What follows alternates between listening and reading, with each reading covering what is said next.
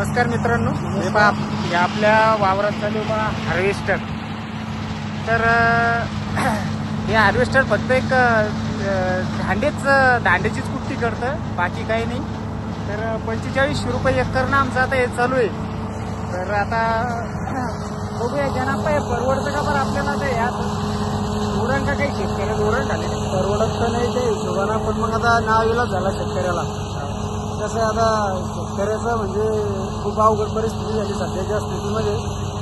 सोन्याला एक तर मजूर मिळत नाही, मजूर जर मिळालं तर 10,000 एकर शिवाय पुरवत नाही म्हणतात. आणि मजूर पुन्हा काय म्हणतं, लय ऊन हे ऊन लागतं शेतकऱ्याच्या भालत्या दैनी.